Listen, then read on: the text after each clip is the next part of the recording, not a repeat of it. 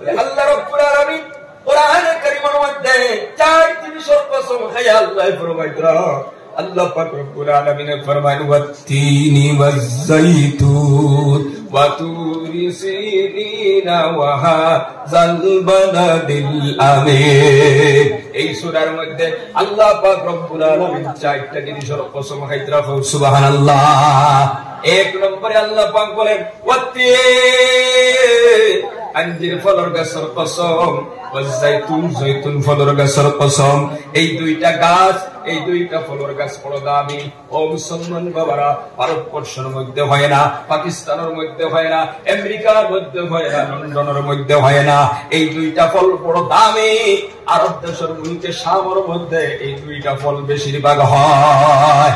আম্বিয়ায়ে কেরামের বেশিরভাগ আগমন করছে ওই মুলকে শামের মধ্যে। হযরত ইব্রাহিম খলিলুল্লাহ মুকিম আসলা ওই মুলকে শামের মধ্যে।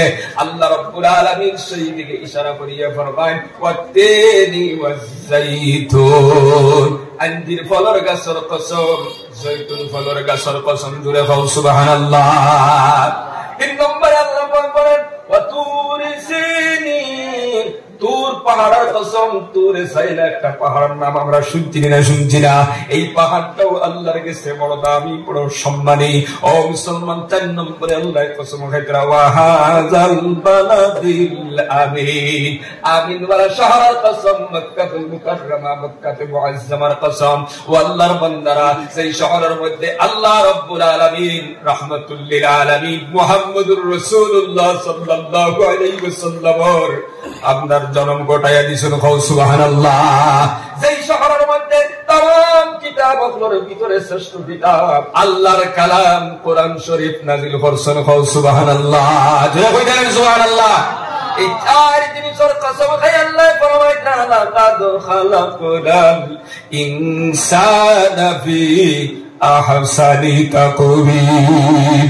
আমি আল্লাহ রাব্বুল আলামিন মানব জাতির পৃথিবীর সব মখলুকের ভিতরে সবচাইতে সুন্দর করে বানাইছি। জোরে বল সুবহানাল্লাহ।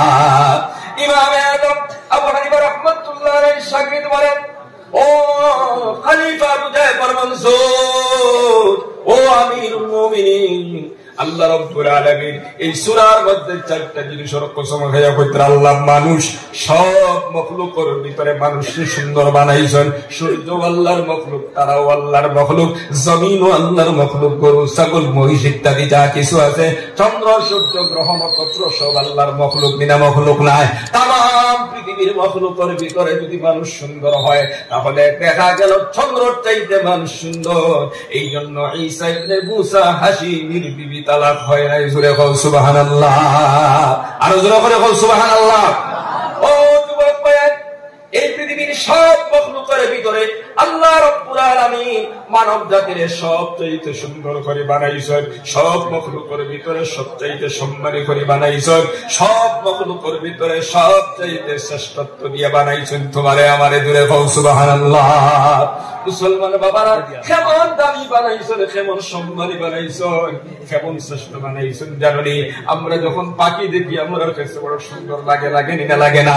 আমরা যখন চন্দ্র সূর্য দেখি আমার কাছে সুন্দর লাগে। আমরা যখন হরিণ দেখি আমার কাছে সুন্দর লাগে। আমরা মনে করি হরিণ সুন্দর, হরিণের দিকে তাকাই আর হরিণ তুমি তো বড় সুন্দর, দেখতেও সুন্দর লাগে। কিন্তু হরিণ ডাক দিয়া বলে আল্লাহর বান্দা তুমি আমাকে সুন্দর বলতেছো, আমার সুন্দরের কথা আল্লাহর কোরআন নাই। পৃথিবীর মধ্যে সব চাইতে তুমি বান্দা সুন্দর, তোমার সুন্দরের কথা আল্লাহর কোরআনের মধ্যে আছে। বল সুবহানাল্লাহ। যুবক ভাইয়েরা, মানুষের মধ্যে আল্লাহ বোঝায় মুখ রেখে সুন্দর করে বানাইছে। পৃথিবীর আর কোন প্রাণী এমন সুন্দর মুখ নাই, এমন সুন্দর দাড়ি নাই, এমন সুন্দর আপনার গুণী নাই, এমন সুন্দর চোখ নাই, এমন সুন্দর আপনার নাক নাই। আল্লাহ রাব্বুল আলামিন মানুষের কোটি মানুষের স্ট্রাকচারটা যেভাবে বানায় দিছে, পৃথিবীর মধ্যে এমন সুন্দর আর কোন প্রাণী আসেনি পৌঁছায় না, না আর কোন প্রাণী নাই। এখন প্রশ্ন হইল আল্লাহ রাব্বুল আলামিন तमाम মখলুকের ভিতরে তোমারে আমারে কেন শ্রেষ্ঠ বানাইলা, কেন আশরাফুল মখলুক বানাইলা, কেন ইজ্জতি বানাইলা এবং কেন সব চাইতে সুন্দর বানাইলা? তার একটা কারণ আছে না নাই? আছে না নাই? ও যুবক ভাইরা,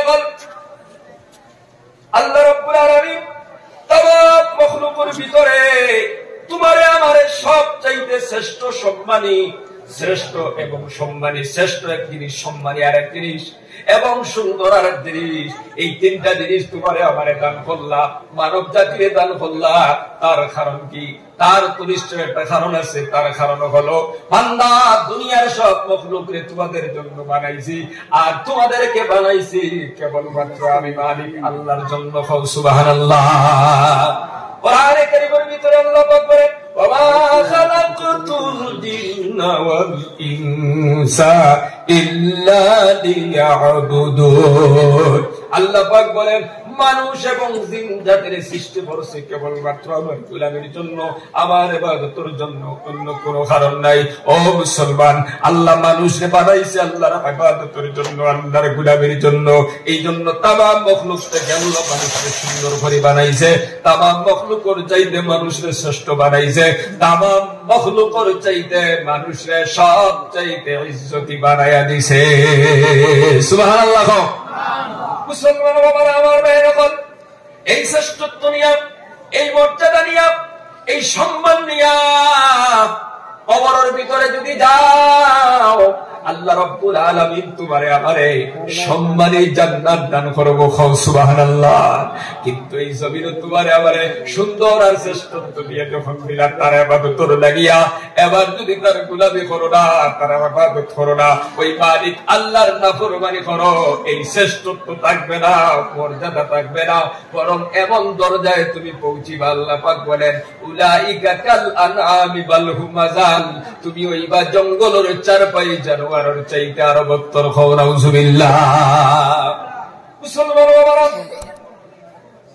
যদি আল্লাহর হুকুম মানো না, আল্লাহর গোলামি করো না, নবীর তরিকার মধ্যে চলো না, আল্লাহ যে উদ্দেশ্য নিয়ে তোমারে আমারে বানাইলো, আমরা যদি সেই কাজগুলা করি না, আমরা যদি সেই হুকুম রে মানি না, আমরা যদি সেই নির্দেশনা পালন করি না, আমরা যদি নাফরমানি করি, আল্লাহর কালাম কোরআন শরীফ যদি শুনি না, নবীর কথা যদি আমরা শুনি না, শয়তানের অনুসরণ করিয়ে যদি চলি, তাহলে এই জমিনটা যে তুমি চারপাই জানোয়ারের চাইতে বত্তর হয়ে যাইবা।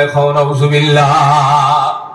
আর যদি আল্লাহর প্রত্যেকটি নির্দেশনা মানিয়া, আল্লাহর গোলামি করিয়া এই জমিনটা কি তুমি যাও রে বাবা, আল্লাহ রাব্বুল আলামিন তোমারে এমন সম্মান দিবা, এমন মর্যাদা দিবা। এই দুনিয়া তো যারা সম্মানী করিয়া বানাইছে, এই দুনিয়া তো যারা ইজ্জত দিয়ে তোমারে আমারে বানাইছে, কবরের মধ্যে যাওয়ার পরেও আল্লাহ তোমারে আমারে ইজ্জত আর সম্মান দিয়া দিবা। সুবহানাল্লাহ। কোরআনে কারীমের ভিতরে আল্লাহ পাক বলেন, ইন্নাল্লাযীনা আমানু ওয়া আমিলুস সালিহাতি উলাইকা হুম খায়রুল বারিয়া।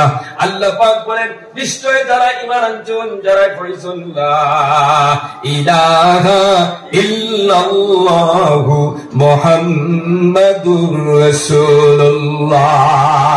আমি আল্লাহরে এক বলিয়া মানছে, আমার সঙ্গে কাউকে শরীক করে নাই, আমার নাফরমানি করে নাই, আমার হুকুম লঙ্ঘন করে নাই। আল্লাহ ফরমাইছেন, সুদ খাইও না, বান্দা সুদের মধ্যে যায় না। আল্লাহ ফরমাইছেন, ঘুষ খাইও না, বান্দা ঘুষের মধ্যে যায় না। আল্লাহ ফরমাইছেন, আমার সামনে সিজদা কর, আল্লাহর কাছে মাথা নত করে দে, আল্লাহর সামনে সিজদা করে, পাঁচ ওয়াক্ত নামাজ আদায় করে, আল্লাহর প্রত্যেকটি নির্দেশনা জীবনের মধ্যে বাস্তবায়ন করিয়া যায়। এই জমিনের মধ্যে জিনার মধ্যে মুক্তলা হয় না, সুদের মধ্যে মুক্তলা হয় না, ঘুষের মধ্যে মুক্তলা হয় না, মিথ্যা কথাও হয় না, অহংকারীও করে না, বড়ত্বও দেখায় না, বেটাগিরিও করে না, নিজরে বিনয়ী করে রাখে, তাওয়াজু ইখতিয়ার করে। ও আল্লাহর বান্দারা, পাঁচ ওয়াক্ত নামাজ সময় মতো আদায় করে, রমজান শরীফের রোজা রাখে, নিসাবের মালিক হইলে যাকাত আদায় করে, হজের উপযুক্ত হইলে হজ আদায় করে, আমর বিল মারুফ নাহি আনিল মুনকার করে। আল্লাহ পাক রব্বুল আলামিন ফরমাইতরা, উলাইকা হুম খায়রুল বারিয়া, এরাই পৃথিবীর মধ্যে সবচাইতে শ্রেষ্ঠ। হও সুবহানাল্লাহ। জোরে হও সুবহানাল্লাহ। ও যুবক ভাই, আল্লাহ তোমারে দামি বানাই না, শ্রেষ্ঠ বানাই না, তার গোলামি করবার লাগি। আজ তুমি আমি ঈমান আনছি আল্লাহর উপরে, কিন্তু আল্লাহর প্রধান হুকুম নামাজ খান, ওখান তাই বেশিরভাগ সমাজের মানুষে পড়েন না, কথা দেখি না। প্রত্যেকটা মসজিদ খালি, কিন্তু মসজিদের মধ্যে নামাজও যায় না, কথা দেখিনি না, দেখ নাই। ও যুবক ভাইয়া, এই মাহফিলের ভিতরে আছো যারা শুনছেন খেয়াল করিয়া, ও খেয়াল করিয়া কথাটা শুনিও। আল্লাহ তোমারে আমারে বানাইছেন কিতা লাগিয়া? তার ইবাদত করবার লাগি। তার ইবাদতের মধ্যে সবচেয়ে বড় ইবাদতের নাম ঈমানের পরে সবচেয়ে বড় ইবাদতের নাম কিতা হউসায়? জোরে করে হোক কিতা? নামাজ। ওই নামাজ সব মানুষে পড়ে না, নামাজ থেকে মানুষ বঞ্চিত আছে। প্রত্যেকটা মসজিদের মধ্যে 100, 150, 200 পরিবার আছে।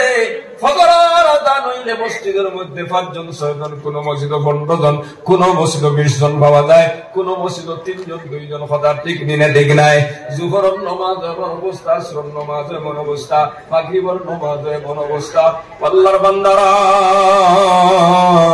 দোকানের মধ্যে দেখবার যুবকগুলোর অভাব নাই, তিমুকার মধ্যে অভাব নাই, ক্যারাম বোর্ড খেলানি তো অভাব নাই, লুড্ডু মারা তো অভাব নাই, মোবাইলের মধ্যে গেম খেলানি তো অভাব নাই, কিন্তু মসজিদের মধ্যে নামাজও অভাব। তার মানে তুমি কিতাব বুঝাইতে চাইলে রে বান্দা, তুমি আল্লাহরে পরিচিত দেখাইলা, কইলা আল্লাহ বানাইছো তুমি তোমার ইবাদতের লাগি, কিন্তু আমি তোমার ইবাদত করতে পারবো না, তুমি যাই চাই তাও করো, আমার কোনো আপত্তি নাই। আলহামদুলিল্লাহ, তুমি যা চাও তা করো, আমি তোমার ইবাদত করতে পারবো না। এবার তোমাদের কাছে প্রশ্ন হইল, তুমি যদি একজন ও মুসলমান তোমার বাড়ি খাবার রাখো, সাধারণ হিসেবে আপনারা বুঝাইলাম, যদি একটা মানুষের খাবার রাখো, তোমার 3000 টাকা 5000 টাকা বেতন দিব। ও যুবক ভাই নকল, সে যদি তোমার কোনো কাম করে না, কোনো হুকুম যদি মানে না, তারে কইলে তুমি আমার দোকান চালাই লাগবো, সকালে 3 কলস পানি আনি দিবাই, আমার গরুটা বন্ধর মধ্যে নিয়ে দীর্ঘা দিবাই। সে যদি কয় আমি গরুও দিতাম পারতাম নাই, দোকানও খুলতাম নাই, পানি আনিও দিতাম নাই, তুমি মালিক সম্পর্ক তোমার গুলামর লগে থাকবনি, থাকবনি বাবা। অল্প খামলা বেটারা কি যদি খামলা বেটারে বেতন দেয় 3000 টাকা, ও খামলা বেটায় যদি তোমার হুকুম মানে না, খামলার লগে তোমার সম্পর্ক থাকে না, যে আল্লাহ রাব্বুল আলামিন তোমারে পৃথিবীর সবচেয়ে মখলুকের ভিতরে শ্রেষ্ঠ বানাইলা, ইজ্জতি বানাইলা, সবচাইতে সুন্দর বানাইলা, আল্লাহর কাম করবার লাগি, আল্লাহর গোলামি করবার লাগি, ওই আল্লাহর গোলামি বান্দা তুমি যদি করো না, ওই আল্লাহর সাথে তোমার কোন সম্পর্ক থাকবনি, পৌঁছায় থাকবনি।